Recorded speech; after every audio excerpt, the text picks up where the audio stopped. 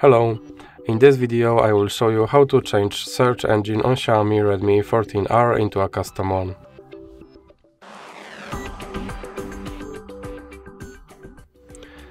So you have to start with opening your internet browser and then click on search bar, and you have to go to your custom search engine website, and for this example I will use yep.com. And now you have to search something using your custom search engine.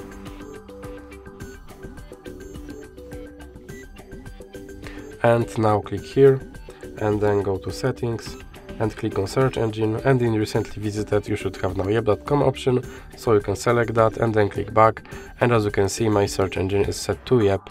So that's it for this video. If you liked it, please remember to leave like and subscribe.